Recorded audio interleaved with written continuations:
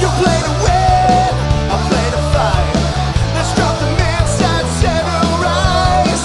Lives are drawn, eyes on the prize. When we drop the mitts and Welcome everybody to an exclusive edition of the Sheriff Podcast. Guys, today is Ice Wars week. We have another Ice Wars episode for you right now. Ladies and gentlemen, I would like to introduce the special attraction grudge match participant, which is going to make this event, guys, that much more interesting. It is absolutely incredible. Ladies and gentlemen, it's time!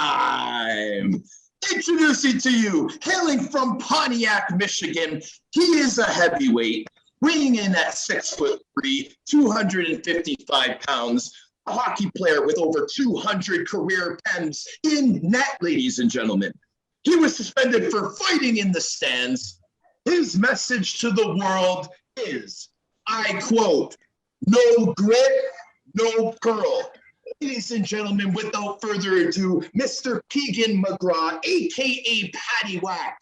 How are you doing today, my man? Very good, man. It's a pleasure, man. It's an honor to be on the show, buddy. Well, dude, I appreciate you saying that. And like we were discussing before we started recording, man, are we ever both excited? Ladies and gentlemen, I was listening to this guy tell me, oh, man, I'm just ready to Like he just wanted to, he pretty much what he wanted to say is, Sean, I'm ready to fight anything that comes in front of my way. I know I have a grudge match set up with the Ice Wars International. I'm ready for anything right now. That's the kind of intensity that we're feeling right now, ladies and gentlemen. Am I right? Absolutely, sir. Absolutely. Good, buddy. Good. So, yo, tell us, like, how have you prepared for this, my friend? How have you done this? What's been your training visual for this? Well, so I've been training for the past few years now because I got into boxing, and then as the sanctioned bare knuckle scene came about, I kind of started focusing towards that. So I started reaching out more to people, and I ended up with back in March. I got invited to a prospect camp for one of the bare knuckle promotions there, and hooked up with a guy down there, and just been training since. The Smith Bros Combat Sports is who I hooked up with down there. I linked up with him, Kevin Smith, at the tryout. And they'll be sponsored. They'll be on my pant shells, yeah.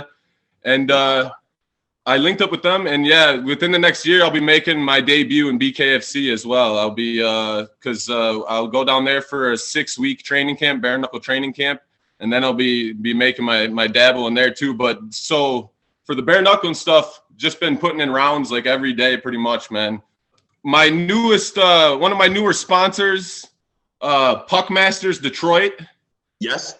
They have quite a training facility out in Wixom, Michigan, and they have synthetic ice as well. And they have a couple lads there who have played in the Fed and stuff, big boys who I can tussle around with, and work on synthetic ice, because I haven't been on synthetic ice probably since like junior up in Ontario. Like I haven't been on synthetic ice in a while. So with the event being on, and I know it's the highest grade synthetic ice they got going and stuff, I'm real excited about it, man. And I actually like the edges, like digging in on the synthetic ice a little bit, like skating and stuff is different, but like I like the edge work on it when you're really dug in and you're grappling around and stuff. I like how it feels. I agree with you, Patty Whack. I like those same kind of features. So now, Patty Whack, let's back up just a little bit here, because we both have to admit, bro, for a listener that's tuning in that hasn't been following the Ice Wars to this point, this may be a little bit overwhelming, right? Because they're like, whoa, what are these guys talking about? Yeah, right. Yeah. I'm kind of spitting stuff out too. Yeah. Yeah. So this is what I'm gonna do, Patty Whack. I'm gonna explain to the listeners exactly what it is that you're competing in, and then we're gonna continue picking Patty Whack's brain. Ice Wars International. So, ladies and gentlemen, this upcoming epic event, Ice Wars International, which is taking place May 21st, this Saturday, ladies and gentlemen, in Enoch, Alberta, at the River Cree Resort and Casino. Ladies and gentlemen, Ice Wars is a new combat sport that can be best described as prize fighting on ice. It's about taking an age-old part of our game, which many fans absolutely love, and making it the main event. I'm waiting for the ladies and gentlemen through Spotify to be clapping because, man, I'm telling you, as a fan, Paddywhack, which I am, that excites me. That description of what our new sport is, what we're starting here, what you're an OG of, brother, you're an OG of ICEWARS. Yeah, man. Tell me how this feels when I say this, Paddywhack. How do you feel about this? Overwhelming, man. Overwhelming. I'm just so excited, and for the opportunity, man. Like I can't thank AJ enough too, man. Like the guy he's real personable, eh? He's quite a fella, man. He's been taking care of me big time, and just yeah, man. I can't thank him enough for the opportunity, to be honest, man. And I just that you saying that, yeah, man, like a OG source, man. That rolls off the tongue, man. I love it, man. Yeah, man. Well, let me add to that a little bit, Keegan. So now, the Galantes, from my experience, approach everything that they're involved with like a family. It's like family. So when you're explaining how you feel, how AJ treats you, it's family, right? That's been my experience, and man, that's what I can tell you to expect because these guys care. I've discussed with guys like Charlie Nama, Kato Kalin, guys that are on the board, they're the CEO, they're the executive directors. They want to see these competitors, i.e. yourself, to be as successful and make as much money as possible. Our part of the sport was forgotten. Now it's being showcased. People are going to remember how much they love this, my friend. So you being an OG of ICEWARS, you're a living legend right now, Paddywhack. You represent Pontiac, Michigan. Tell me about Pontiac a little bit, bro. Yeah, man. It's I love Pontiac, man. Yeah, grew up, born and raised west side of Pontiac, Michigan. It's a tough little city, man. It's a tough little city. It's like a small Flint, It's like it's a gritty. Did you ever play in Flint when you were playing? You had a couple games in there, I'd imagine. I played in Flint. I played all over Michigan, bro. You guys got the Little Caesars. You guys got the Detroit CompuWare team. You guys are very competitive, bro. How far is Pontiac from Detroit? So we're about 20 miles north of the city. Yeah. Okay. Yeah. So you're close. Oh yeah. Oh yeah, bro. So you guys are you guys considered part of the Motor City though, or no? Yeah, I mean Metro Detroit. Yeah, Metro Detroit area or whatever. But being Pontiac, we like to claim ourselves for sure. We like to take pride for sure. Yeah. Okay. So now tell me this, Paddywhack. Are you having any type of entourage? Are you gonna have someone in your corner? What's that part of it set up for you like? Yeah, with I wish more of the lads would be able to roll out for sure to Edmonton for the event. But no, my dad will be with me and he will be in my corner. My the old lad, he's a beauty, man. He's a tough fella, and I'm real excited about it. But he's gonna be in my corner. Yeah. Awesome. I got some more stuff for you to be excited about, bro, because I gotta give more information on ICEWARS. The inaugural event, ICEWARS, ladies and gentlemen, again, is on May 21st, 2022 at the River Creek Casino in Alberta, Canada. It is an 8-man heavyweight tournament and a bracket that is determined right after the weigh-in. This is added as well as the special attraction grudge matches, just like my guest is going to be competing in as it is. So, ladies and gentlemen, the fighters must wear full hockey gear from skates to helmet. They'll be using 4-ounce MMA gloves. Each bout is comprised of 2 one-minute rounds. There is no headbutting, kicking, or biting. And if anyone falls to the ice, their opponent can no longer strike them. There will be some epic matches on May 21st on Saturday. Are you visualizing the match, Keegan, from this point?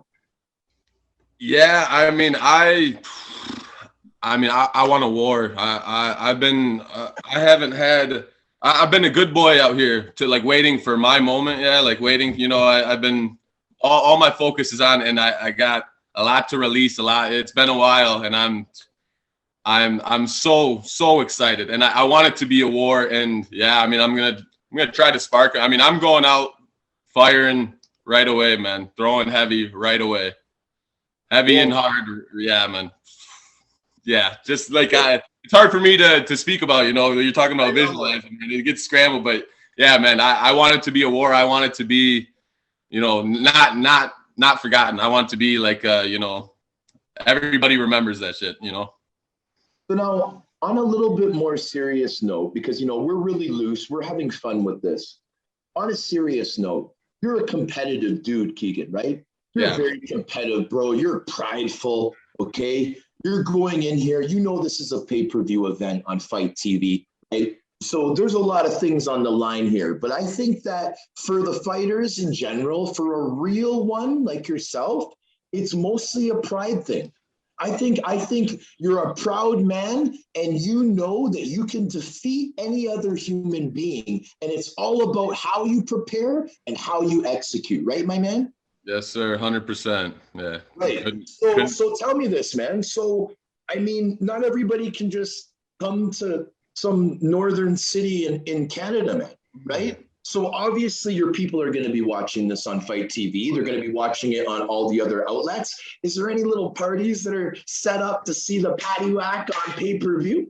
Oh yeah. There's like 4 different watch parties. I know, like, some of the lads got going, girls got one going, the family's got one going. There's everybody's geeked, everybody's fired up. My brothers are going. I got my oldest brother's a Shawnee boy, and it's spelled the proper way, like yours. Yeah. Oh yeah. Yeah. So no, they're all fired up, man. The family, all the lads, biggest fans. Everybody's full support, man. Everybody couldn't be more excited to watch me knock some nose in. Can you talk about your father a little bit, man? You mentioned him earlier. I'm a big fan of when the families are heavily involved. Tell us about your father. What's his name? What's his size? And how tough is your old man? The old lad. So Timothy McGraw, the original Timothy McGraw. The original Tim McGraw. Okay. He was actually he played, and he was quite a talented hockey player. He actually played before Illich was a big name, in the Southeast Detroit area. He was a big name, business wise, but in the hockey world, his first team he had was it was what the U-Shell used to be, but they were Little Caesars. They were the junior team, and my old lad played for the original Little Caesars junior team. The original Little Caesars junior team. And he didn't have too much bad to say about Illich, man. Because my dad was from a single mother, home and stuff, big Irish family, and not too much funds, coming in, and they went out to Sweden and played for a while, and Illich, took care of him, man, the whole 9 yards. Wow. Yeah, man, real cool stuff. But unfortunately, he didn't play pro. He ended up going to college and stuff and got his degree, and he was a teacher in Detroit public schools for 37 years, man. But when he played junior St. Clair Shore Saints, and then Little Caesars, and before that he played before junior he's playing AAA for Fife Electric and stuff, a bunch of old AAA squads that used to exist back in the day. But no, he was a goal scorer, right? He could put the puck in the net, man. He was a talented fella for sure. No, but is he so he's going to be your corner guy though, right, Keegan? Yeah. So when I got into the bare knuckle boxing, he's kind of been my guy. He's always followed me. He's been my coach in hockey before. I'm his youngest son too. It's he coached me when I was younger in hockey too, and he's always just been, he's a stand-up guy, man. And his old lad took off when he was a young one, right? He just kind of dipped out. So he's always been good dad. He always wanted to be like that guy, there for his boys 100%. So whatever I direct my energy towards, he kind of just comes right along with me. Wow. So you're going to be extremely comfortable then. Yeah, man. Right? I'm not nervous at all, man. I'm so excited. I'm extremely comfortable going into this. When I get there, I'll be extremely comfortable. Everything, it's natural habitat. Do you know when you're going? Do you have your flight information already? Yeah, so I will be getting into Edmonton around 1:30 p.m. on Saturday, because I believe the weigh-ins will be 6 p.m. Their time, correct? Yes, I believe so, bro. Yeah, man. Buddy. And then they'll be doing the draw. Sorry. Yeah, you'll be able to see that the draw for that 8-man event. Yeah. You already know who your opponent is. You guys are your fight in particular. I must say, Keegan, like you're the two characters are very strong. It's very strong characters. It's almost like we're watching like some professional fighting thing where they've been spending months building up these characters. You know what I mean? You got like Paddywhack versus Jawbreakers and this and that, and you know what I mean? And like so like it's pretty cool stuff, man. Coolest thing about it all is that again, the real ones, we can see each other before the fight. We can have a respect for each other, right? Then we can go to battle and combat and after have a pint together. And that's the beautiful thing, right?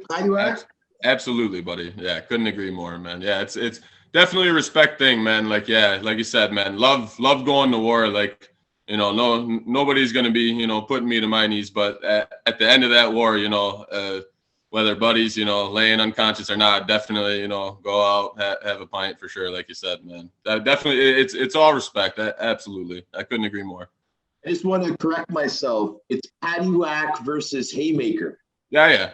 That's what it is. I said Jawbreaker. That's another lad. Yeah. That's that young Bo kid that's in the other special attraction grudge match, ladies and gentlemen. It's cool stuff, man. So yeah, so like I'm excited for your people, Keegan. I'm excited for the people in Pontiac because you know what? They can really rally behind you. I mean, how often do they have someone that's representing your area that's on a pay-per-view event, bro? How often is that, right? So this is a special, this is a celebration. This is special. Like I was saying earlier in the recording, you guys are all part of the inaugural event, man. So that equals that you guys are OGs of Ice Wars. You guys will always be remembered. Depending on how things go, I hope I see all of you in the next one. Because, dude, this is not a one-time event, okay? I'm hearing strong rumors, guy. They're making a big announcement, maybe even this week, about what's going to be happening in August, which I believe there may be another language that they speak first before English.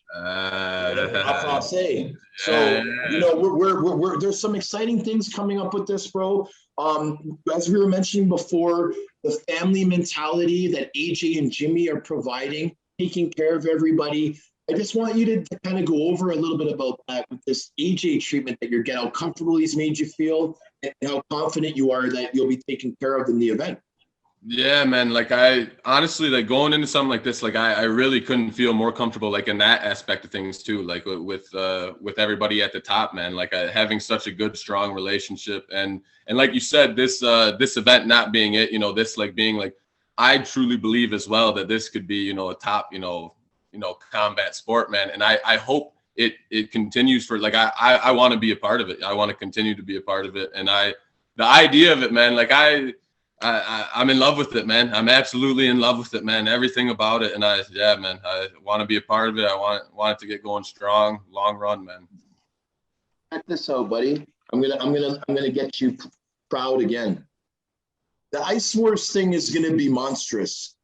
It's gonna revolutionize combat sport in North America, Keegan. It's got all the right people involved to be a smashing success, my Irish friend. Yes, sir. Who doesn't want to see two hockey players meet at center ice and pummel each other? I go to hockey games and wait the entire time hoping that may happen. Now I don't have to wait, nor do you. That's coming from an Ice Wars fan that has been developed over the last couple months. How does that make you feel, bro? Fired up, man. No, there's no other way to explain it, man. Fired up, geared right up, man. It's sends shockwaves, man. Chills, man. It's crazy, man. I'm foaming at the mouth, man. Buddy, I'm eating all this up. I love it. I wish I was younger because then I'd be competing. Oh, buddy, you're a nail gun. You still, come on, lad. 100%. Hey, listen, you know what the funny thing is, bro? This is what I kind of heard that's going to be coming up. You know that our judges are an all-star panel. You know that these guys have just been inducted into the Hall of Fame and all this kind of stuff. So now check this out, bro. Apparently, if one of the competitors is not happy with how, because I think the judges are going to be like interviewed sometimes, or going to be asked to comment. If there's a fighter that's not happy with a judge, he's able to call that judge out, and apparently on the next one, they could actually fight. Isn't that kind of interesting? That's wild, man. It's nuts. Which, of course, yeah. I mean, the lads I got behind there right now for this event are all absolute nail horses, man. Some tough fellas, some tough boys. There might not be too many call-outs, eh? For sure, hey, no, but hey, man, yeah, man. I mean, myself, I give a go anybody, you know, absolutely, but like, again, the respect thing, like those three, man, like just, like legends. Yourself, man, just let it. It's like it's an honor to be around you. It really is. Hey Keegan, this is my mother, Sheila McMorrow. So this is all the Irish that I got, right? Oh, it is a pleasure to meet you. It's a pleasure to meet you too, sweetheart. There you have it. Cheers. Good luck next week. Thank you very much. I appreciate that so much. Thank you. You're welcome, sweetheart. Good looking boy, I have to say. Hey, not bad yourself. Hey, very beautiful. Hey, as the Galantes would say, hey, hey. That's awesome, bro. Hey, Keegan, it's been a blast. I appreciate the short notice. I gave you very short notice, man. You came on. We accomplished our goal. We wanted to promote this event. I wanted to promote you. We need to build up characters. Not that you guys need to, but we want to make this thing as entertaining as possible for the fans that are developing all over the world, bro. Any last words for anybody, bro? Any words of wisdom, advice, thoughts, anything? I mean, man, I'm just it's a pleasure. I'm so geeked up, man. I'm so fired up. Like this particular event, this promotion, everything. The last few months, things just seem to like. I had a couple like real rough years, man, and things have really been lining up, man, and it's crazy. I'm riding this wave, man, and I'm on top of it, man, and it's like it's all coming together, man.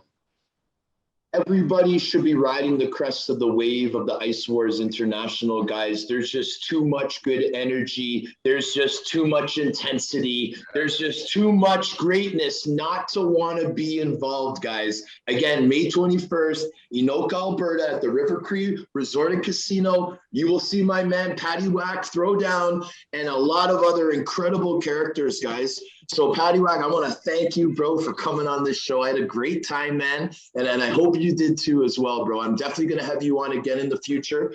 I want to thank the listeners for tuning into another episode of The Sheriff featuring special guest Keegan, a.k.a. Patty Wack. I'm so excited for you, buddy. I can't wait to meet you on Saturday. We're going to sign off now, guys. Woo! Welcome, everybody, to an exclusive episode of The Sheriff. Guys, today is a celebration of ICEWARS. It's a celebration because the Sheriff podcast is joined by the 4th Ice Warrior participant announced for the epic upcoming event, ICEWARS International, which is taking place May 21st in Enoka, Alberta at the River Cree Resort and Casino. Ladies and gentlemen, ICEWARS is a new combat sport that can be best described as prize fighting on ice. It's about taking an age-old part of the game, which many fans love, and making it the main event. Ladies and gentlemen, my guest hails from Ajax, Ontario, weighing in at 6'6", 284 pounds. He is a professional hockey player with 10 years experience and 211 pro hockey fights. Ladies and gentlemen, my guest claims that he has never been knocked down in a hockey fight. I repeat, he has never been knocked down in a hockey fight. Ladies and gentlemen, his message to the world is, I'm coming to ICEWARS to catch 3 bodies and 1 crown. Ladies and gentlemen, without further ado, Mr. Justin Sawyer, aka Saw. How are you doing today, my friend? Holy, I'm doing much better after that intro. I love it. I love it. I'm doing great. How you doing, Sheriff? Buddy, I'm great. I'm excited to have you on. It's very special to be able to have a guest that's so much bigger, so much stronger, and younger than me. So I admire this situation, bro. I'm looking up to you now. You're one of those guys that are younger than me, but I follow. And that's like a rare thing, right? Because I'm the old school, so I appreciate my era. But dude, you are something else, man. And I can't wait to get into your story. But we must talk some Ice Wars first, bro. Yes. Now, I got a couple questions for you, man. Okay. As many people would know or would want to know, how did you first find out about this, bro? Like, what was it? Who did you talk to? Who told you about it? Tell me a little bit. Well, it started a year and a half ago with Wayne Veery. He got in touch with me, and there was talks with UFC. So this was supposed to be a UFC event. I sent in my video interview. I guess I was sitting right here in the same office, sending in the interview, and I got accepted for it. And then COVID happened. So just like a lot of things, COVID messed up pretty much everything. So UFC dropped it. That's what I was told. And then AJ Galante reached out, and here we are. We're back with the ball rolling, and we're going to Enoch, Alberta, and we get to fight again. Bro, I absolutely love it, man. And I'll tell you why, Saz. I can see how happy you are about this. I can see that you're excited because, dude, I tell the other guys the same thing. Yeah. Warriors can see each other in each other, right? They notice each other. We notice things. We're extremists in certain ways. Our passion, our love for the game, and our enthusiasm, we're very extreme. Sometimes it gets us in trouble, Saz, right? Yes, it does. I can see it in you, buddy, and I'm very excited for you, bro, and I'm proud of you that you're joining this competition. Yeah, no, it's a great honor, and real recognizes real. We all like doing this. We all get that feeling when we get into that ring or that arena or that octagon or anything, and that's it's something where you feel normal. I feel normal in a way when I'm doing that. So I can't wait to get out there. Yeah. So now, before the recording, Saz, we were talking about like a little bit of your preparation. Like every fighter has a different way that they prepare for something like this, right? Mentally and physically. Yeah. Now, there's a certain gentleman that's very popular in the hockey world, especially the enforcing world, with a really big nickname. Like, do you mind sharing who's in your corner, who's helping prepare for this incredible epic event? Yeah, absolutely. I have a couple guys. One guy that's helping me training at the gym, Howie High Heat, and then I have on my other shoulder I have Weapon X, Alex Penner. One of the toughest guys around ever in the minor leagues. So I have a couple of good guys in my corner, and we're not going to be playing games when we show up there. That's for sure. So like I said, when I said I want 3 bodies and a crown. I really want that. Bro, I don't know if you noticed, but like I'm on the edge of my seat listening to you, dude. Like I'm so excited about this. I love the confidence. This brings up a point, Saz. Now, that word I just used, confidence. Now, explain to the listeners, because you're in it right now, bro. You're a week away. Like this is serious now, right? It's come close to the event. So any emotion, any preparation you felt very recently, right? Now, as far as confidence goes, do you believe that you have to enter this contest knowing that you can win this? If you did not have that attitude, there'd be no point of you even coming. Explain to the listeners that type of mentality, bro. Yeah, well, I know all my competitors. I know what I can do. Walking around lately this last week, going into it, I'm just in that zone where, I look at someone on the street and I have to I'm looking at anyone like is my enemy. I'm in a different state of mind right now. I'm you know, I'm just, yeah, whoever I get first it's just going to get all of it at once, and you know, it's just exciting. Um, you know what I mean? That's great. That's great, man. That is great. One thing that comes with the confidence though is if you're training, we have a saying in hockey: look good, feel good, play good. Yeah, Right? That's what absolutely. it's about. We've heard it since we've been young lads, right? Now, how close are you to that goal right now, bro? How good do you feel, Justin Sawyer? Well, I mean, I feel great. I'm looking a lot better than I was, you know, about a year ago. So I'm looking good. I'm feeling good. And you know what I'm visualizing now. Yeah. This is tricky with the visualization.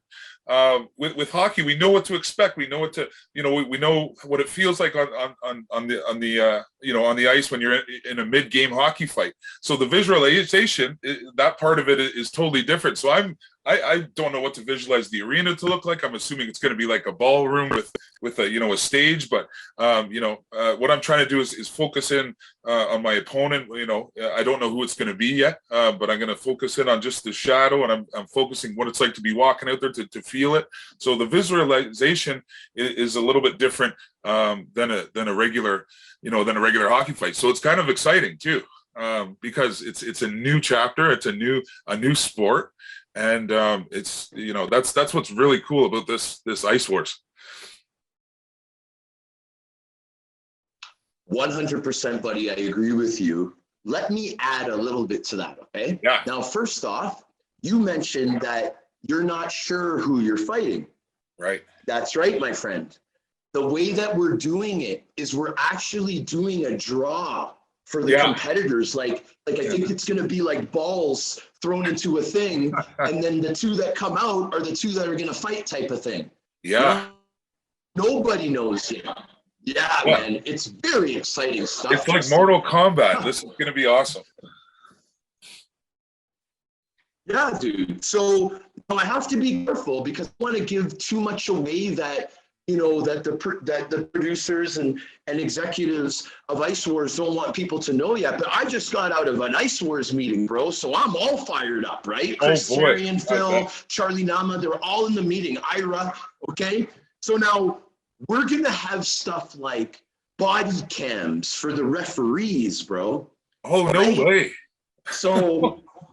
yeah, man. Yeah. At first, we were going to do helmet cams for the fighters, right? Yeah. And the refs. But I guess that insurance takes too long. Like, we would have had to have done that like 2 months ago just to have a chance for that. So we're doing the body cams on the referees, okay? We're doing the draw to find out who's fighting who, probably the night before. Yeah. We're having weigh-ins, bro. Weigh-ins like the UFC, bro. No way. Who's coming to you? Is there anyone making trip? Is there anyone on the trip from Apex or the surrounding area? No. I'm just going with Howie High Heat on the plane. We'll be on the plane together, it looks like. So hopefully hopefully you let me have the window seat, but that's okay. And then that's all I know is we're getting picked up from the airport there, and then I guess we'll figure the rest out there. Yeah, buddy. Yeah, man. I'm looking forward to it so much. Like, I mean, they've done a great job with the people that are involved as far as the broadcast team, the judges, to make us feel special, right? With this, you know, with the Hall of Fame inductions and all that kind of stuff. I meant to say that. Honor, right? Yeah, but congratulations on that. It's well deserved. You know, the Ice Gladiator legend right there. So you and Morasti and all the other guys that were mentioned. So, you know, respect. You've been doing it a long time before we have. Well, I appreciate that, Justin. But like the reason why I brought it up is because another cool thing about Ice Wars is how it's set up like that. I mean, you have a generation that's slightly older than the competitors. These guys are being honored in a Hall of Fame, Ice Wars. You know what I'm saying? So it's kind of like you got the OGs the judges and the broadcasters, but then you got the current warriors out for war right now. And it's just, to me, that setup is priceless. Do you like it? Absolutely. It's you know, it's hockey fighting, right? And it's becoming extinct, and you know, it's a lot of people want to see that part of the game. A lot of people think it's valuable to be part of the game, and it's important to remember of, you know, where hockey came from and how it evolved to what it is now. So there's a lot of generations there, and that's very important to keep a record of, and you know, so the younger kids know what hockey really is all about. Now, I appreciate you sharing that, Justin. Now, let me add to that a little bit. I'm so glad that you brought up that point, because this was my next question for you, what I'm going to add here. I believe, now I'm going to give a statement, then a question. I believe that ICEWARS International will change the game of hockey for the better good, for the brave, for those that are willing to stick up for their teammates, for those that always say, man, the game has changed. I think this is gonna influence mainstream pro hockey. Do you think that's a possibility? Yeah, definitely. I definitely think it's a possibility. I mean, the world is changing. You know, the world is changing, and it always goes in swings. I mean, you've probably seen it in your whole entire career too. It goes in swings. So, you know, if we have to put on a good show. It's very important for us to put on a good show for this event, so that it does have an effect on mainstream hockey, mainstream fighting. Because, you know, with all the, you know, as much as everyone makes fun of the Jake Pauls and stuff, they're you know, fighting is getting a lot more of attention recently because of, you know, guys like Khabib, Conor McGregor, Jake Paul, you know, and ICEWARS. So we gotta, you know, let's definitely swing it back towards having an effect on mainstream hockey, because we all know how the game's going, and there's a lot of things that are for the better, and maybe not. So only time will tell. Dude, you got to start your own show soon, man, because that was some of the best, strongest points that I've heard in a long time. Now, please, I feel honored to add to this. So now, you guys are wearing UFC style gloves. Yeah. Right? Which we know as hockey players that is a lot safer for us to be fighting with. I'm sure Mr. Justin Sawyer, is going to be a lot more confident to throw a huge bomb at someone's head with those UFC gloves. And we're going to see a lot more action because of the gloves. Do you agree with that? If you absolutely. Okay. Not only that, but I think the main thing I was thinking of is it's definitely okay. We obviously know you don't feel it right until after the fight.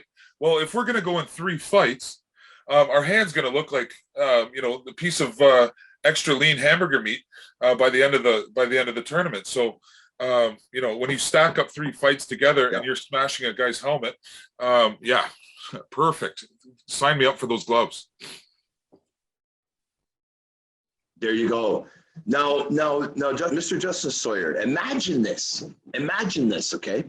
Yeah. Imagine if the NHL really was influenced by ICEWARS. They realized that people really want to see this type of action, that people really miss it, okay? Yeah. Back in 2006, I don't believe our society was ready for this type of thing. I think that people were criticizing the UFC. Oh, that's so barbaric. I can't believe you watched that, right? You're right. Even though it was popular, it still got a lot of criticism, right? You're right. Now, with the Jake Pauls, with Conor McGregor, all the people that you just mentioned, now people are ready, bro. They're ready to see these prize fights. Yeah. They want it. We're hungry for it. Now AJ Galante, Jimmy, and friggin' Charlie are delivering it. So this is unlimited potential, Justin. Unlimited potential, right? Oh, absolutely. I think it's really going to influence the NHL. I'm I'm so excited for you, bro. You can tell, obviously. Yeah. Oh, I mean, we all are excited. Absolutely. I really think it is. And yeah, with the way it's getting so liberal right now, and it's amazing that fighting and sports, it's got their own niche. It's like, because of the world is so split into two types of people. I mean, it's okay to like UFC. It's okay to watch. You want to see blood. It's okay to, and a lot of those people are catching on. So absolutely. Now, this world of the NHL, like taking on some of the ICEWARS influence, can you imagine if you were playing, back when you were playing for the Marlies, bro? Okay, so back when you're playing for the Marlies, you're playing in the AHL, making a great living. Yeah. Now, what if the Marlies had given you a contract that said, Justin Sawyer, as soon as you reach 5 fighting majors, you now qualify for a special insurance. Why? Because you're putting your body on the line more than your other teammates. What if there was a rule where the gloves that we're using in ICEWARS were attached to our elbow pads? And if I was playing against you and lined up against you, Justin Sawyer, and I'm friggin' snudging you, and I'm like, let's go, man, let's go. I challenge you to a duel. Take off our gloves, we put them on. If we want, we take off our helmet, and it's on. We're safe, we're insured, and we're good, bro. We're taken care of. Yeah. That's what ICEWARS is. That's very intuitive. That's a very good thought. Yeah, absolutely. What could, right? We both agree. The NHL, yes, the NHL won't have people trying to sue them for concussions because the players that are the combats have special insurance, which includes counseling if they're going crazy about losses, anything that they need, bro, like it would be involved with the insurance. And if people are willing to watch inner city ghetto fight brawls on back alley streets, people are into that type of stuff now. Yeah. This is a safe, popular, exciting, legal event. That's a celebration of a part of hockey that we've embraced as players since the beginning of time, bro. It's absolutely. I'm very excited by this. It's what separates hockey from other sports. So I don't know what the numbers are compared to baseball or basketball. If the NHL is ever trying to keep up with, or try and get ahead of those sports, I mean, that's one element that can really make a difference. So I don't know why you wouldn't want to, focus on that, right? Or at least focus on making that part of the game better, without making it extinct. So. Yes, great point. And Sawz, the other thing I wanted to bring up, bro, you're in the first ever ICEWARS event. Yeah. So you guys are like the original, you guys are the OGs of ICEWARS, bro. Well, right? You were in that one in Finland. No, but seriously though, yeah.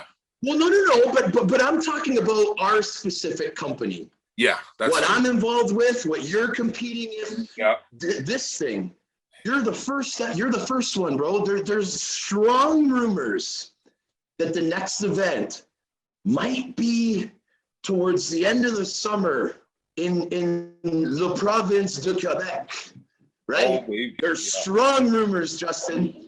Oh yeah, bro, strong rumors, bro. This is not going to be the first event, my friend. That's why I'm saying it's unlimited potential. Yeah, that's right. Exactly, right? Oh, The winner of this event, I can see getting an automatic, pass, maybe the 2 finalists or something, the 2 guys. Yeah. I could see getting a pass to the next one. Man, there's so many exciting things that can come out of this, bro. And a lot of people like yourself are going to get incredible opportunities because you're an OG of ICEWARS. Yeah, so absolutely. I wanted to tip my hat to you. Yeah, no, thank you. It is an honor to be selected for it. I mean, I know there was a lot of guys chomping at the bit to get on this thing.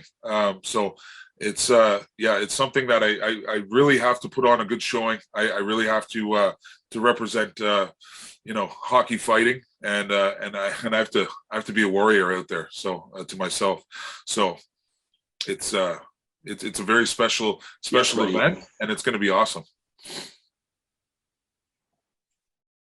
One other thing I wanted to point out, Saz, was, I mean, we were talking about Weapon X earlier, Alex. Yeah. Dude, you guys talk the same, sound the same. You guys are starting to look the same. Like, what's going on, bro? You guys training really closely, man. You guys are on the same program or what, man? Yeah, he's taking me to his barber. Like right now, you look. Yeah, bro, you look exactly like the Penner that's my age right now. You know what I'm saying? You look more like him, because Alex is like, is all the dark beard, and you know what I mean? But Andrew, you're looking like a Penner right now, buddy. You're on the right program. No. He's got a lot. He's got a lot of tips and tricks. That's for sure. But no, we love scrapping together. We fought together 6 times, and then we have one hidden event that I can't talk about too much. But we went out into the woods at midnight, and we had the moonlight right on us, and we had a secret fight as well one time. So it was we have a special relationship. Wow. Yeah. Wow. We both bled. Impressive. I love the way that you worded it. I love the way that you worded it, man. That's great. Yeah. So, all right. So, dude, we are a week away. Yeah. Okay. 8 days, right? Yeah. 8 days? Yeah. 8 days away. Okay. So, yeah. So now it's about getting rest, eating the right food, and just seriously just getting your mind just clear and mentally focused for combat. You look like you're right on point, Saz. Yeah. The training's over. We're stretching. We're doing pad work. We're getting comfortable in our gear, fighting in our gear. We are eating right. We're going for walks. We're breathing in the sun. We're breathing in the moon. We're just getting charged up. So it's just time to stay loose, look good, feel good, and we want to play good out there. Look good, feel good, play good. I love it. Now, I'm going to put you on the spot right now. This was an Ice Wars special celebration edition. Yeah. Will Justin Sawyer come to the Sheriff podcast for a part 2? So Justin Sawyer will. Let's go. Yeah, absolutely. I'll come on anytime. Yeah, absolutely. Yes. Yeah. Let's go. Yeah, let's go. Awesome, buddy. I love the energy. Yeah. I love the energy, buddy. I absolutely love it. I'm so excited for you, Saw, that I can't even explain it, bro, but I'm sure you can see it. I'm very excited for you, dude. Yeah. I wanted to thank you for coming on. Man, you talk so well. It was so easy to do this interview with you. I know I have a little bit of the delay. Yeah, that's okay. But dude, I had a great time. I'm hoping that you did too. I had a blast. And I just want to wish you the best of luck, bro, for this epic event that's coming up May 21st in Enoch, Alberta at the River Creek Casino and Resort. And I'm going to be there cheering you on, bro. And I'll be behind everybody, because every warrior knows that if you enter that combat, you deserve respect. We all respect each other. We're all going to put on a big show. Thanks for coming. We're all brothers out there. That's right. Yeah, absolutely. Awesome. I wanted to thank the listeners for tuning in to a special edition, Justin Sawyer, Ice Wars edition, and we'll see you soon, guys. Okay. Woo! Welcome, everybody, to an exclusive episode of The Sheriff. Ladies and gentlemen, my guest today, I have the 7th Ice Warrior announced for the epic Ice Wars International, which is taking place May 21st in Enoch, Alberta at the River Cree Resort and Casino. Now, ladies and gentlemen, my guest today hails from Collingwood, Ontario. He's weighing in at 6'3", 285 pounds, ladies and gentlemen. He is a pro hockey player with over 100 career fights. In his career, he also holds a record, ladies and gentlemen, with 67 penalty minutes in a single shift. Ladies and gentlemen, his message to the world is fear has never and will never hold me back. Ladies and gentlemen, without further ado, Mr. ChaseTippen, aka Tip. How are you doing tonight, my man? Good, yourself, man? I'm doing good, buddy. How are you feeling right now? Be honest with me. How's it feeling right now? It's the whole surreal part of doing the whole interview stuff. Everything's coming back, so I'm like a kid right now. I hear you, buddy. Like I can probably describe my feelings the same way. The reason why I asked you, to be honest with you, Chase, is because I can see it. I can see it in your eyes, bro. The excitement that you have right now. I can feel intensity coming from you right now because you're thinking about the combat. You're thinking about the trip to Edmonton. You're thinking about it all. So I just appreciate that energy that we got here through the video. So now, dude, we're getting into it right away. ICEWARS International, man, oh man. I'm so excited about this. I know that the competitors probably have a stronger feeling. When did you first hear about this incredible thing that's happening? Oh man, it was like I heard about it like a couple of months ago. A guy I played with, Nick Williams, contacted me. He needed my number, and Wayne Veery, I believe it was, contacted me and asked me about it. And I was like, I didn't even have to think about it. I was like, let's do this. And like, I mean, a lot of people were kind of like, oh man, like I thought you were kind of like getting out of it. So I was like, I don't care. Like, I was like, how many times in my life am I going to have the chance to be a part of this? Like, this is something that's like, I mean, we've talked and there's something that's been done similar to it, but I was like, this is it. Like, this is something big that I think there's a lot of people that aren't really ready for it. So, I mean, I was on board right from the get-go. Yes, dude. So now let me add to that a little bit. So now, first of all, this is a competition that is taking an aged-old part of our sport and is pretty much showcasing it with the gladiators that are willing to put it all on the line. So what is that like? So what does that mean to me? So I'm a combat fan guy. Like I'm talking on most of the listeners right now because we have a certain base. You know, most of our base likes the tougher hockey player. You know, the big character. So yeah. I'm a fan of combat sport. I love the UFC. I've had the opportunity to do a little boxing, so I love boxing now. Right? I'm a hockey player. I had to be a tough guy. I really appreciate the tough guys. This is like a dream come true for me. Is it a dream come true for you? It absolutely.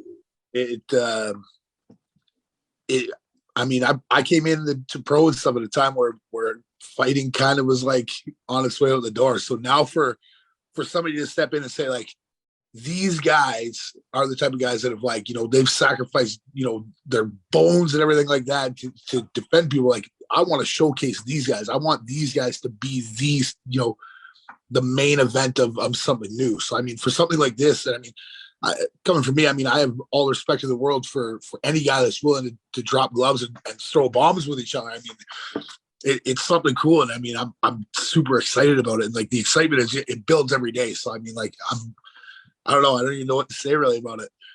Oh, I hear you, man. I want to give the listeners the exact description of how ICEWARS wants it to be known, and then we'll be able to build on it. Okay. Yeah. So ICEWARS is a combat sport that can be best described as prize fighting on ice. It's about taking an age-old part of the game that many fans love and making it the main event. Doesn't that get your blood flowing, man? Doesn't it? I mean, if guys like us, if that doesn't get you pumped up, then I don't know what does. Mm. I mean, exactly. So now, before the recording, we talked about a couple of things, Chase. Now, one of the things we were talking about is that we both believe that this type of competition, which Man, the potential for it is like through the roof. So I believe this is the first of many. Like that's what I believe is going to be the situation like with this event. Going to be the first of many. It's going to turn into something very popular. It's going to get along the same lines as kind of the UFC, that type of crowd. It's already going to have its hockey base. I'm just smiling even just talking about it. But what I believe it's going to do is it's going to make the interest come back for this type of entertainment in professional hockey. And I think it's going to help bring the fighting back. It's going to help bring the enforcer role back. And it's also going to help make it more safe. Because look at how we're doing this, man. We're using gloves. We're using UFC style gloves for this, right? So the listeners and people that are interested in this event, they need to know that this is safe combat where the better man is going to win. This is not bare knuckle boxing in the back of a warehouse. No. This is safe. This is being refereed. This is, the hands are being protected to a certain extent, the same as the UFC. And I believe that the limit, the potential is through the limit. Yeah, I mean, looking at it like we were talking earlier, I mean, all of us that have been around and fought, I mean, we understand the repercussions that come with what we're doing and it happening. I mean, like for a guy like me, I mean, I've had like teeth taken out of my knuckles, stuff like that. I've had surgery on them, and I'm going to work some days when I was laying brick and stuff like that. I'm like, oh my God, like this is brutal. But stuff like that, like the gloves alone, I mean, just punching anybody. I mean, punching somebody, you get a guy that ducks down, you catch him in the top of the hand or in the head. There, your bare hand is going for a ride. And I mean, I think in all honesty, I mean, even though we're gonna have some guys that are, the older guys who'll be like, oh no, the glove thing, bare knuckle. A lot of those guys are guys that don't realize or have never been in the situation that we've been in, right? So I mean, I think going forward, you're right. This is something that could potentially bring that role back and also protect us as enforcers, just health-wise and stuff like that, injury-wise. So, yeah, I think this whole thing is going to show that. But man, I bet you it is, and I'm looking forward to it because I believe that our role kind of got like the short end of the stick. Like the NHL was trying to decide, how can we increase the goals per game? How can we do this? Well, we're gonna have to just get these bigger, slower players and just grandfather them out. We're gonna create rules, and it's gonna make it harder to fight. It's gonna be harder for the guy that's mostly there just to fight, for him to be in the lineup. Teams are gonna have to decide, and it's gonna slowly go just grandfather its way out. Well, this is what happened, Chase. The goals are pretty much at an all-time low. The fights are almost at an all-time low. And man, in the United States of America, the ratings are terrible. Straight up, bro. They are not good. Hockey's an embarrassment when it comes to ratings in the United States compared to the NFL, NBA, and Major League Baseball. Okay? So now, people see this event that's starting, this prize fighting on ice. Wow, interesting. Okay, I see that they're wearing UFC gloves. Oh wow, man, I know who that guy is, man. He played in the Federal League, man. Let's watch this thing. People watch it, they fall in love with it again. They're like, man, if we could just see these guys for an NHL team, like, oh man, I would go to a game. I would watch it on TV. Man, it's going to be common sense, Chase. And I'm so proud to be part of this movement. The cool thing for you guys is that being like in the first event, I mean, Chase, like this is like the inaugural ICEWARS International. Like you guys will be honored like a year from now, and like the original Ice Warrior. This has done so much for hockey. We're honoring the 12 guys that started this. Like I can only imagine what come out of this, right? So I mean, AJ Galante, Charlie Nama, Jimmy Galante, you mentioned Wayne Veery.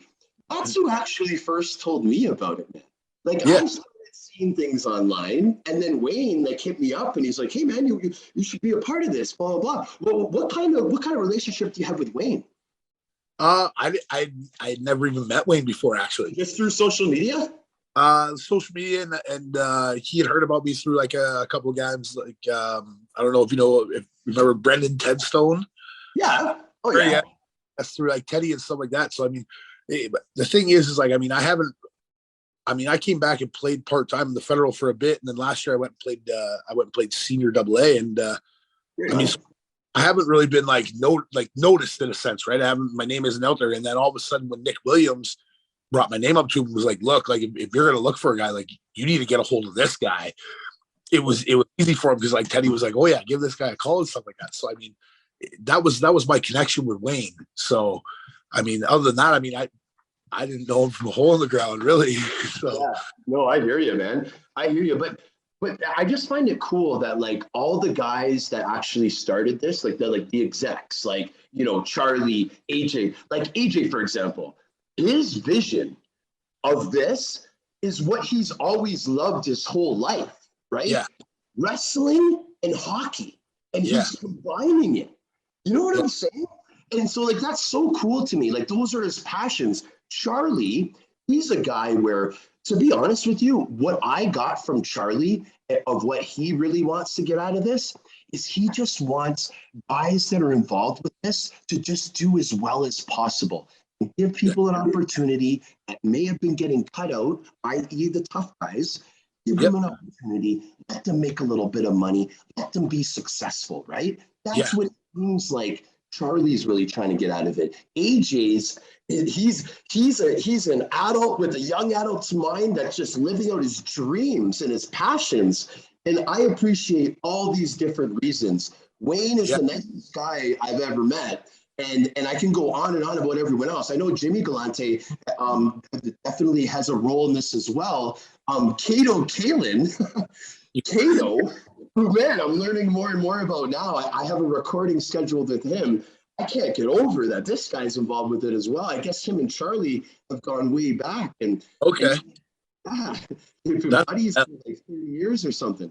Yeah, so some of the names that I mean, I've heard from this. I'm kind of like, where did they come out of? Like, I mean, like, there's no way that I'm like thinking this guy has nothing to do with any of this. I would never picture that. And all of a sudden, you know, this guy will be in contact with you, or this guy's going to be doing this. And I'm going like, this.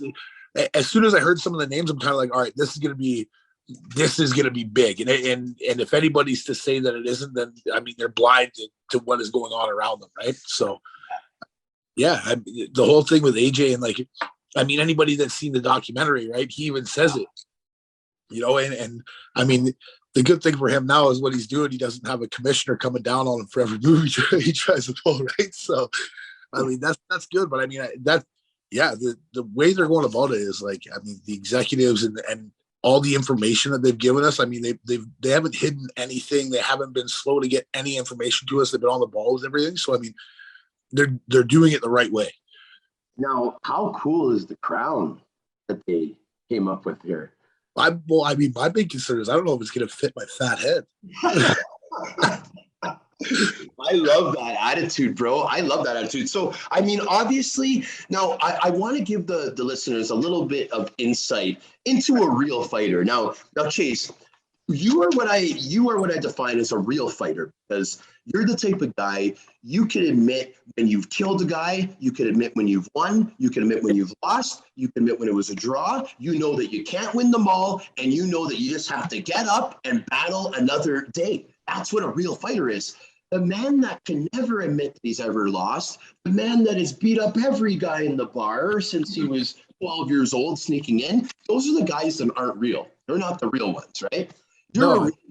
How are you preparing for this right now? Like, obviously, we're all busy. We all have to make a living. It's not like they've called a bunch of millionaires and said, "Hey, would you guys like to start training for a hockey battle?" No, man, we're hard blue collar working dudes. So what are you, just trying to get to the gym as much as possible? Just trying to eat as healthy as you are? Well, what are you doing, bro?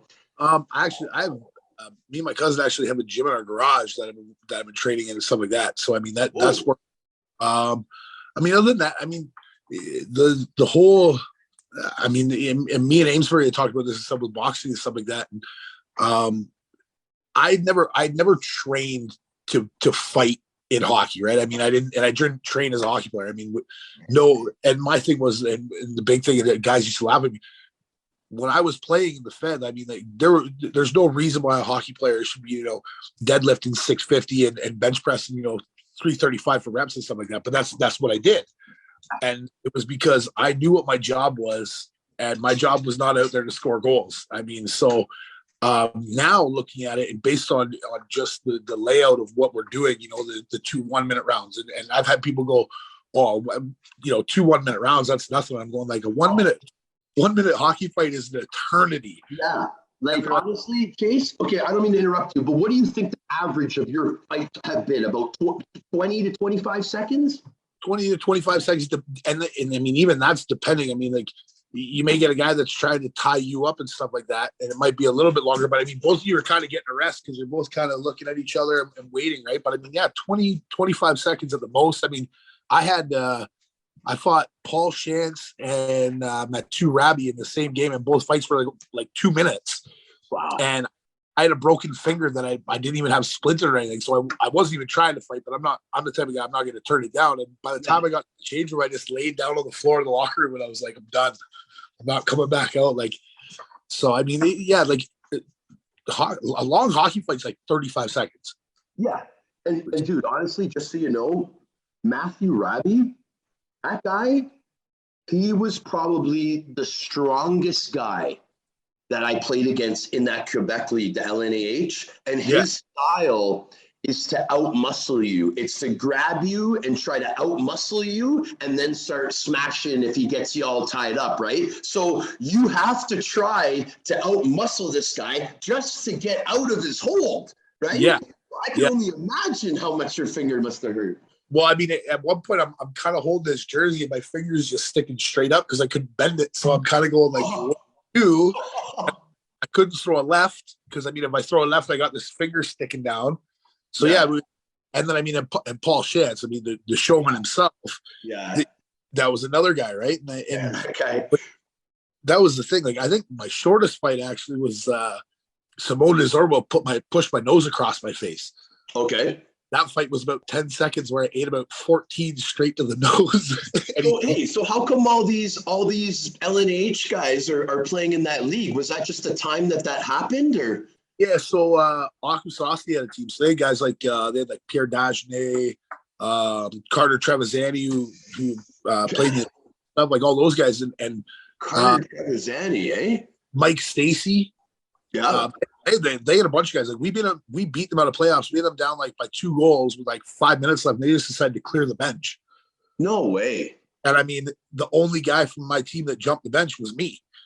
Because I mean, that was it. But those guys in that league, it was men fighting kids pretty much. So I mean, like we had a game where we had like 5 fights in the first 5 seconds or something like that. And wow. Desoro, he came over to me and was like, hey, like, do you want to go? And I was like, well, yeah, I guess. Like, I'm going to have to face. One of you, yeah.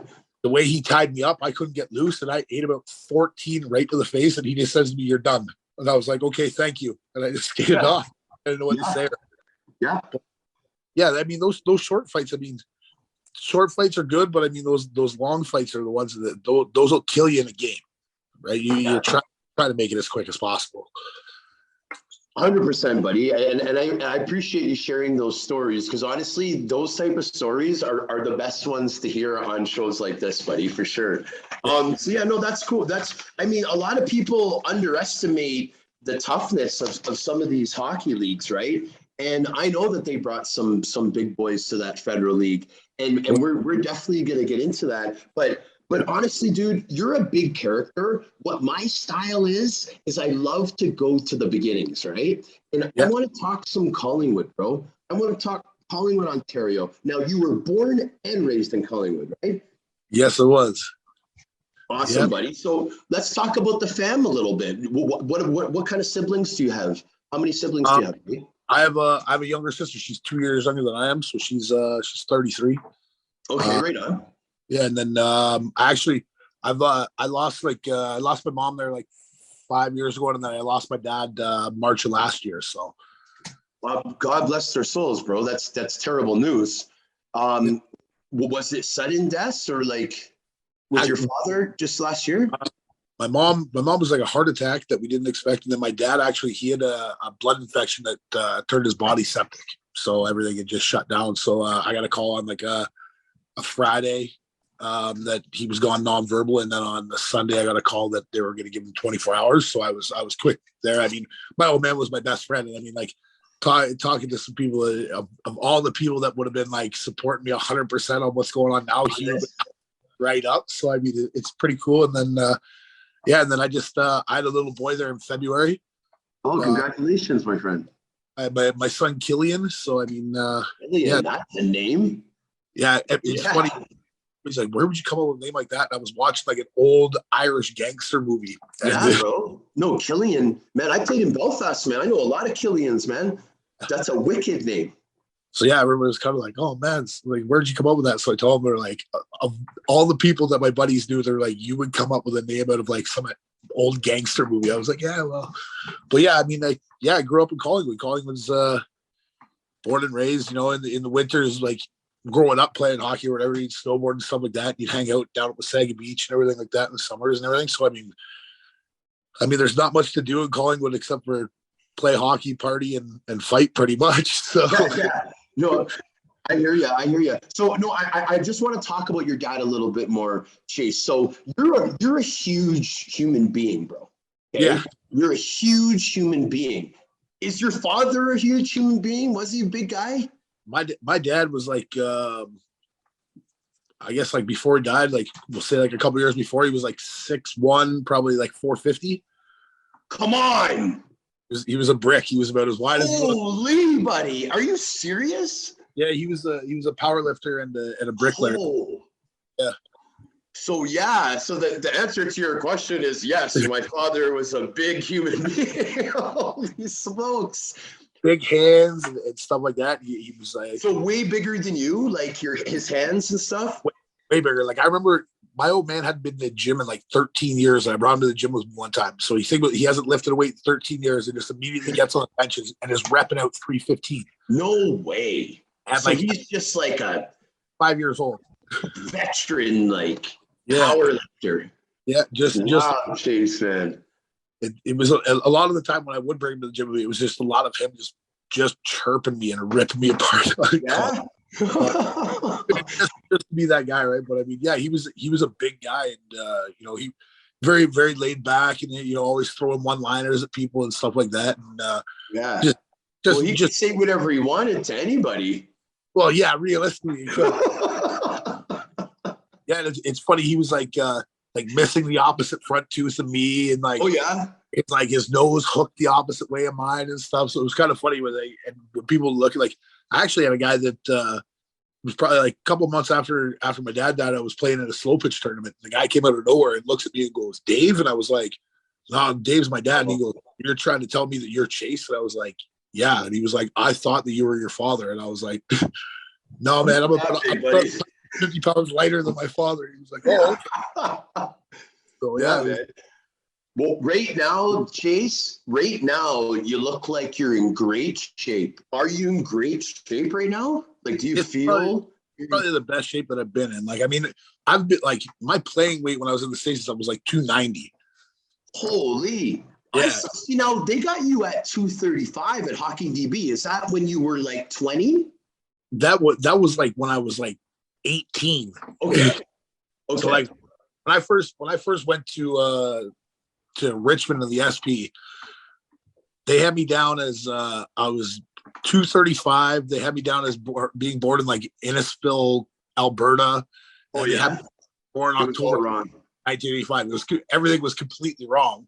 And the league I played junior in my year before, actually, a team put in like some sort of complaint stating that I was too old to play in the league the year before. So I had to like send them a copy of my birth certificate and everything back saying like, no, I was born in 87. I was not born in 85. Yeah. It was a big thing, but yeah, no, I've had people ask me, are you sure? I was like, no, like, I think the lightest I ever played while I was in the States was like 280. And it was just like, I mean, I'm one of those guys that feels comfortable being big, right? So, but I mean, 285 now, and I'm like, I'm a lean 285, which is good, and I feel good. I feel I don't feel sluggish or anything like that. So I mean, it's good, but Yeah, I mean, I'm looking at the weight of some of these other guys that are in this, and I'm going like, well, thank God I didn't try and like cut weight or anything like that. Yeah, there's some big boys in the tournament. As you know, it's there. Like you're probably used to always being one of the biggest guys, but as we know, like when we got all the way to pro, you realize that there's always someone bigger, right? There's always someone bigger. There's always someone stronger, right? So at the end of the day, it's not about who's the biggest, but it's about who has the biggest heart and it's about who has the best chin, in my opinion. Right? Because everyone can throw. Oh yeah, like I was me and Amesbury. He's like, what do you think is good for you? And I was like, well, I know how to take a punch. I said, I've proven that. I've had my nose broken like 11 times now. And he goes, has it been that much? I was like, I have this thing about leading with my face a little too much. So, but yeah, I mean, I think that's what it's going to be. Is that whole thing is we got some big boys like this Levitsky kid that I just saw like that signed like 318. Yeah, that's like, yeah. I mean, that's a big boy on skates. It is. It's a big boy on skates. Now, I've been in a similar tournament as this. There was a tournament in 2010 in Finland. Okay, yeah. Me, Parker Swanson, Mark Black. I'm having a brain freeze now, but there was 8 of us. Parker ended up winning it. Parker beat me in a split decision, and I'll tell you one thing, endurance will be a big part of this, okay? Yep. A minute-long fight, like you mentioned before, is a long hockey fight, okay? Yep. So the weight, the size, it's an advantage to us because it's power, it's the pack of the punch, it's that power, you can, if it's a power punch, the guy's more likely to go down from it other than a jab. So trust me, weight helps. But in that second round, when it's halfway through, it won't matter how much anybody weighs, man. No. It's going to be coming down to the endurance and the heart and the willingness to go all the way to the end. And it's exciting. And it's something that, you know, anybody can beat anybody, Chase. That's what's so cool about it. Anyone will be able to beat anyone, especially when this is a new type of style of fighting. None of us have done it exactly the way, even a guy like me that's done a similar tournament, is still going to be different here. This is like you mentioned, this is going to be the synthetic ice in Enoch, right? Where for me, we were at a Finnish Elite League hockey team arena. We're doing the neutral zone and we were on the regular ice. So it's going to be unique in its own way. And I just can't wait, bro. Like it's so special to me. And like people ask me like, how come you're so hyper about this? I'm like, bro, this is my first break too. This is a pay-per-view event. Like, Chase, how do you feel about that? Like, are all your buddies ordering it on Fight TV? Yeah, so there's a bunch of one of the guys, Dave Churchill, who he's one of my sponsors for me going at Gold Hill Roofing. He just got a deck done, and he's like amping it up with the bar and everything like that. And actually, the day that they install the bar, that they're getting it finished, he's having a party that night, and it just so happens to be May 21st. May 21st, Saturday night. He's gonna be He's gonna be showing the whole thing on Fight TV and everything like that. There's a guy in Collingwood that actually he has like an indoor rink or whatever inside his house. Yeah. They get like little like 3-on-3 tourneys. They get bands playing and all that. He's actually putting up a great big projector and everything like that, having people to come watch it and everything like that. So I mean, really, like a lot of the guys in my town and my buddies are hyped up about it. And they're trying to plan on who's going to whose house to watch it. Yeah, like that. Well, and the thing is, sorry, Chase, go ahead. Yeah. Boston Pizza in Collingwood, like the manager's also talking about them renting it at Boston Pizza and then putting it all over the TVs at Boston Pizza. So I'm like, whoa. All right, yeah, good. Dude. Just it's one of don't lose my first fight.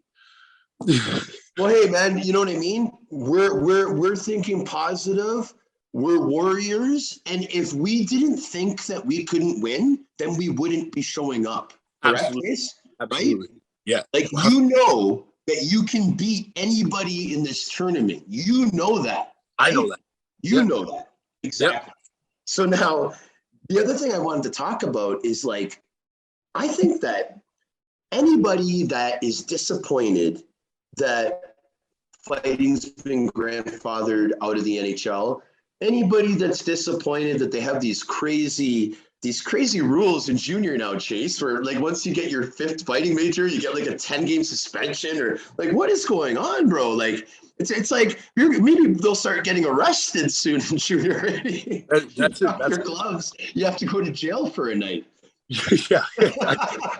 Get taken off the ice in handcuffs. The refs start take out the handcuffs, right? They're making it seem so bad. I think anybody that is upset about those type of things needs to tune into this, because this is a movement. This is a movement, ladies and gentlemen, for the tough stuff to come back into the game. It's being showcased in the ICEWARS event. That's the way I'm looking at it. It's a movement, man. And you're an original OG soldier, my man. Yeah, and that's it. I mean, the guys that are going in, I mean, we all have that mindset, right? We're there to not just it doesn't even count as just winning what we're going into, but I mean, we're there to prove a point and to prove that our role, our position in the game is not dead. It's there's still guys that. And I mean, if you look at the NHL now, somebody, do you really want a guy like Sidney Crosby fighting? No, you don't want that at all, right? And I mean, but he's the type of guy. And I mean, I used to hate Crosby. I despised him. And then after watching these, 2A guy, and yeah, he does some cheap stuff or whatever, like we all do. But I mean, he'll get into it when he has to. I mean, but that's not a guy that I want throwing a punch and breaking his hand. No.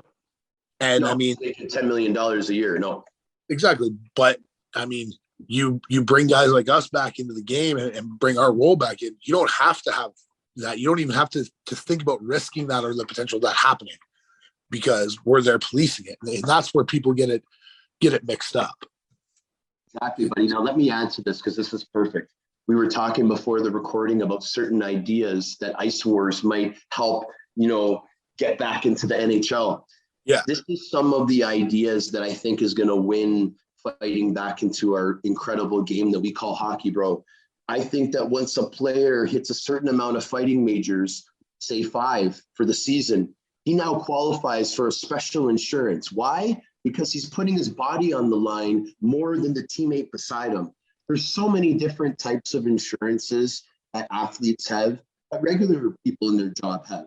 Why not have a special insurance for the hockey tough guy?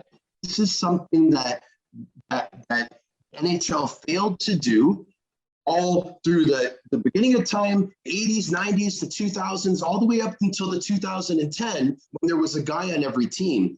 There's a face-off coach, there's power play coaches, there's assistant coaches, strength and conditioning coaches, there's equipment coaches, there's all these coaches, but there was never a tough guy coach, Chase. Yeah. It's never a guy to oversee us, especially the years where there was 2 of us on a team, there's 2 goalies on a team. Why couldn't you guys have a coach? How come we couldn't have someone looking after us? How come we didn't have insurance or protection? They went about it the wrong way, and now they have guys suing the league and all these lawsuits, concussion this, concussion that. Well, you know what? If you put one guy on the staff to oversee the tough guys, you wouldn't have had any of that stuff. If you gave them some insurance for when they were done playing and they had a little tough guy pension, because they're the ones that bring all the people into the arena, they fill the seats, they sell the tickets, they sell the most jerseys, and they're the fan favorites. That's the way you were in every team that you played for, right, Chase? Like I remember when I went to Richmond, I had Brian Gowdy was my coach, and Gowdy said to me, he goes, "When you get down south, he goes, you can score 100 points a year for 5 years." He goes, 10 years from now, he's like, nobody would ever remember you. He goes, you fight 30 times a year for the next 5 years. He goes, you're a legend. And I mean, I didn't really realize it until like later on, like a couple of years later, where like, I remember going back and just playing part-time in Watertown and bringing the mother of my child with me. And people are going like, we're walking through the mall and people are like, oh my God, Chase. And I'm signing autographs in a food court, stuff like that. And it's like, and that's it. I mean, I used to make the joke that when people would be like, oh, what's your position on the team? I'm like, oh, I'm a show pony. And in reality, that's what it was, is I was there. There was value behind what I was doing. But I mean, I was also there for more likely the strict purpose of protecting my teammates, making sure that nobody took liberties on them. So, I mean, it's you're absolutely right. I mean, we're the guys that, people are coming to watch us. I mean, why is it that we have to, at the end of our career, have to sit there in aches and pains and stuff like that going, the best part that we get is maybe an old teammate calls, checking in on you, be like, hey man, how are things? Meanwhile, these other guys that, weren't doing any of that shit that we're doing are they're walking around pretty for the rest of their lives with pensions and everything. Work day job now, that's the shitty part. Yeah, sorry, go ahead, Chase. No, you're absolutely right with what you're saying, and it's something like that does need to come in at some point. Just imagine, just imagine if NHL teams knew all they had to do was buy into a special insurance policy. The NHL makes rules that why don't we use the same gloves that they're using in ICEWARS International? We could have them Velcroed to the guys that are willing to do it, Velcroed to their elbow pads. When someone challenges someone to fight, or there's a heat of the moment fight, all you have to do is just roll down your sleeve, put on your glove, back up, and let's go, baby. Everyone's up on their feet. There's an insurance for both combatants. They're protecting themselves. They're not going to break their hands. And let a best man win. Let him get momentum for his team. Let him stand up for his teammate and send a message. Every reason for the fight. It's insured and it's value packed for your entertainment. Absolutely. But the ratings would go skyrocket. There'd be 1 to 2 fights every single NHL game. The characters would come back. Promotions would start. Calling guys out. Starting the game. Whatever. Yep. Imagine that. They can do it, buddy. And I think ICEWARS is going to push them into a position where they might have to. I think ICEWARS is going to be a game changer for a lot of things. A lot of things. And I mean, I look at like Hockey Canada right now, where you're saying with this junior rule of 5 fights. Oh, is that what it is, Chase? Like, I'm not even sure. I'm pretty sure it's 5 majors. Yeah, last year when I played senior, that's what they had told me, that because I had 3 fights, and they told me that if I had reached 5, I had to go in front of the league. I was suspended for like another, 6 or 7 games or whatever. Like I had 118 penalty minutes in 8 games. And like, I mean, like I'm going like what is going on? And like referees are going like, well, you can't do this. And I'm like, well, like if a guy cross-checks me in the face, like I'm not just gonna, say, okay, I do it again. I'm gonna drop my gloves and grab me. He goes, yeah, but then it becomes a one-man fight. So that's the other thing is, I don't know. I've never heard of a one-man fight. Yeah, ain't no one-man fight.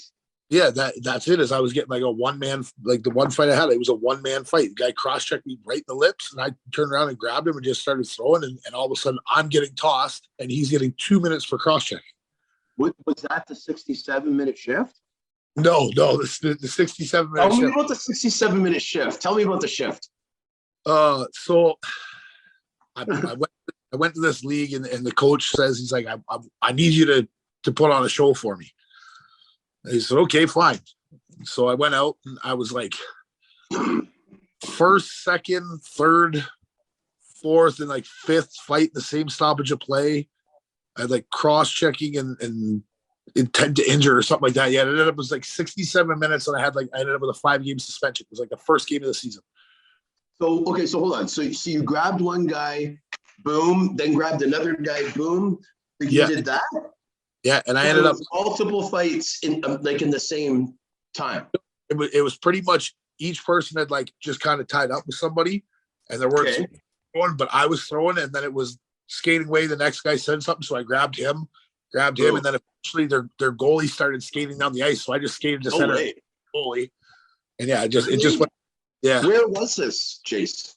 Madison, Wisconsin. In Madison, that's a great university town, isn't it? I literally lived on campus. No way. Yeah, the owners got me and Nick Meter an apartment in like a dorm apartment right on campus. We were like the guy across the hallway from us, his back balcony looked out into the football stadium. Jeez. Yeah. I didn't expect to hear that coming back. I'm like, I was about to say, man, I heard all these stories. But when I played for the Rockford Ice Hogs, I think Jack Skilly and this guy and that guy. They all played for the hockey team and that was in Madison, and they're telling all these party stories. Meanwhile, you live there. It's like, okay, buddy, yeah, been there, done that. We had a short. Pretty cool, dude. We had to draw names on who was going to drive the bus to our games. Really? Oh yeah, it was. Wow. Yeah. Yeah. Those are for another time, though. Yeah, no, for sure. So hey, so I want to talk about now. I want to talk about like two stops that you had in the Federal League. Okay, so I want to talk about the Thousand Island Privateers, and then I want to talk about Watertown. So now I saw the video that you had made, the Watertown video, towards one of your last games that you were telling the fans, you know, I don't know, there's been some rumors. This is my last game. Everybody come out. Let's pack the rink. I thought it was a great video that you made. Now, out of these two teams, which one would you say like that you have the most memories from? I mean, you played a while for both of them. Well, so like it realistically was like it was the same team. So we moved. Okay, so it was the same team. Yes, we were originally in Alexandria Bay, and then which is like not even a half-hour drive from Watertown, and then we had moved to Watertown because the rink that we were playing in Alexandria Bay was like this old ass place called like Bonnie Castle. Like we had a BYOB liquor license for the game, so you could bring coolers. Yeah. So, but I mean, I think both of them, the memories of both of them were like, there was a lot of stuff, but I tell people like Watertown and Alexandria Bay, this is like a second home to me now. I mean, I'd like to go down and visit, keep in touch with a lot of people there and stuff. And it was very like living in Watertown was very much like living in Collingwood. So now Watertown's upstate New York, right, Chase? Yes. Yeah. Okay. Yeah. So that's a pretty cool area, man. Oh yeah, it was super cool. And I mean, like I went down the one year for like Pirates Weekend or Pirates Week and stuff like that, where they do the pirate ships on the St. Lawrence and stuff. And it's just a massive party and stuff. But wow, it's a super cool place. Yeah. Yeah, dude. So like what? Okay, so when you guys were the Privateers, that was when you were at the one spot, and then when you changed to the Wolves, that was a different location. So like when we moved to Watertown, we were still the Privateers. We just became the Watertown Privateers, and then the year after I had left and stopped playing full time, the Wolves. And I was at that point, I was kind of like, I was done with playing in the Federal League and like all the shit came with it. And then it was a couple later, Trevor Kraswitz called me and was like, hey, because I had signed to go and play part-time with Elmira. And he calls me, hey bro, I just traded for you. And I was like, what? He was like, I need you in Watertown next Friday. And I was like, holy. Like, okay. So I mean, like, yeah, it was like I played like 25 games or whatever. And I had like 27 fights, and I only played games. Yeah. So no, the reason why I was asking about the specifics, like I saw some video of when it was the Wolves jersey. Okay, so it must have been the Watertown Wolves. Yep. And dude, the crowds, man, they were the rink looked packed. The crowd was going nuts. Like you guys are getting some pretty cool crowds there, my man.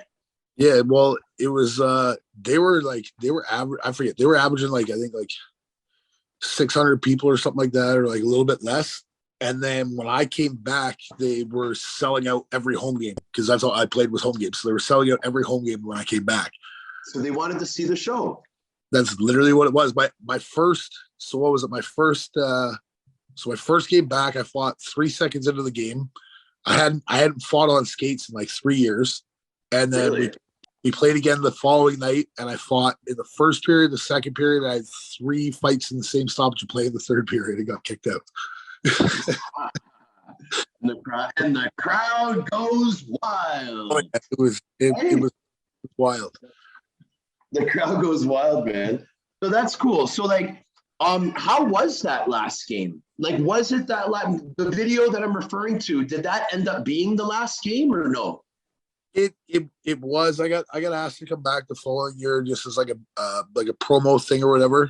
And I didn't even play or whatever. I went out and I fought one guy just because he wanted to fight me type thing. It wasn't that he said he wanted to fight me. He had asked me if I would fight him. And I was like, yeah, absolutely. But yeah, it was just, I was getting, it was kind of getting like worn down and I was kind of like, do I want to keep pushing and stuff like that? And people, and I was done already, but my niece is autistic. So we were having autism awareness night. So I had agreed that would be my last like legit game of playing in the States. So, I mean, I came back for that. And yeah, we did, it was actually a pretty emotional thing because it worked out that I always said that I wanted Chris Affinati to be my last fight. And I mean, me and Chris have fought like 20 times. He's a good buddy of mine and stuff. So the weekend before I had fought him. And when we went back, we played Elmira in my last game or whatever. And I got to share the ice with Nick Niedert, who was like, me and him were roommates for like 4 years. He's another good buddy of mine.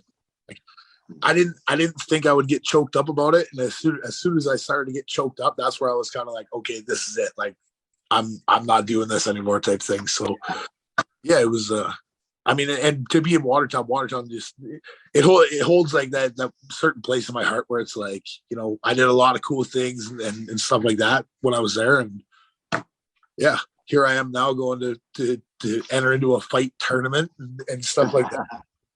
Well, Chase, man, I'm telling you, man, like just the fact that you're competing. I mean, you were selected. I mean, your resume is very strong. Okay. You represent a lot of pride, my man. You represent a lot of size and strength. Like right now, Chase, like I'm looking at you. I don't even think you look like it doesn't even hurt you when people hit you, man. Like I'm like looking like at you right now. And I'm like, man, I could grab whatever I want right now, hit this guy, and he's going to look back at me and say, is that all you got? You know, no, you're in great shape. I'm really excited for you, man. You're only the second combatant that I have interviewed so far. I'm going to get you all. We're going to have a special Ice Wars week next week. We're going to be releasing like 2 episodes, like pretty much 2 episodes every single day, you know, leading up to it. It's very exciting stuff. You know, I think I'm recording with the judges tomorrow. So I got Morasti, Bialois, and Wingfield. Like what me and you are doing right now, bro, I'm going to be having 2 other squares, man. You know what I mean? So that's going to be wild. We're going to be talking about all of you guys. But, man, I'm telling you, it's so cool to meet you guys because I'm a big fan of this type of stuff too, like we were talking about before, right, bro? Yeah. And like I really look up to guys that are willing to go to battle, like because I know what it takes, right? So I respect it, and I want to thank you for being part of this, buddy, because the big character in you is what's making it possible, right? And we really appreciate you being part of this, man. And like I had an absolute blast in this episode, buddy, and I really appreciate you giving the insight, man. I've never heard you talk this much in an interview, bro. I usually feel comfortable in this one. No, I was pretty hyped. I was saying to a buddy of mine, he was asking me to go out tonight, and I was like, oh man, I can't. He was like, what? I was like, I got this podcast thing to do. And he goes, oh, with who? I was like, with the sheriff. He was like, I appreciate it. Like, I don't want to. I'm like, I want to get actually into this one. I was like, he was like, oh, okay, cool, man. He's like, well, call me after. And I was like, yeah, I'll let you know. He goes, I want to hear everything. I'm like, yeah. Yeah. Well, I'll tell you what, Chase, like, you know, we have the YouTube channel. So dude, like once people see you, bro, they're going to tune into this. They're going to be like, whoa, is this Chase guy? Man, he might be, you know what? After seeing this video, he's my pick. You know what I mean? Like you're going to be getting a lot of support, bro, because you look great. And people always judge things by what they see, right? So you got things going for you right off the bat, my man. So keep going strong. I'm looking forward to seeing you next week. I think we're all flying out together, bro. That's what it looked like in the itinerary. You, Sawyer. I'm driving out with my cousin. Oh, are you really? Okay, so yeah, well, there's a group of us that are flying out. That's cool, man. That's gonna be quite the trip. Yeah, so we're gonna leave. I'm gonna have my son for the 16th, 17th. Me and his mother and son are doing something for her birthday, and then I'm leaving the afternoon of the 17th. So I mean, it's 36-hour drive. So we're just gonna do some shift work driving, check into a hotel for a quick nap or whatever, and then and then meet everybody on the Friday. Make sure you get some rest. Keep doing your training. Keep focusing, bro, and just think positive, because we are starting something that's incredibly special. And I think a lot of people are going to benefit from this, bro. A lot of our fellow warriors, a lot of positions are going to start opening up, and it's all starting with us, buddy. So we're all together in this as a team, and we're all going to be together throughout. So kudos to you, buddy. I want to thank the listeners for tuning into another episode of The Sheriff, featuring special guest ChaseTippen, aka Tip, looking great, ready to rock. We're gonna sign out now, guys. Woo!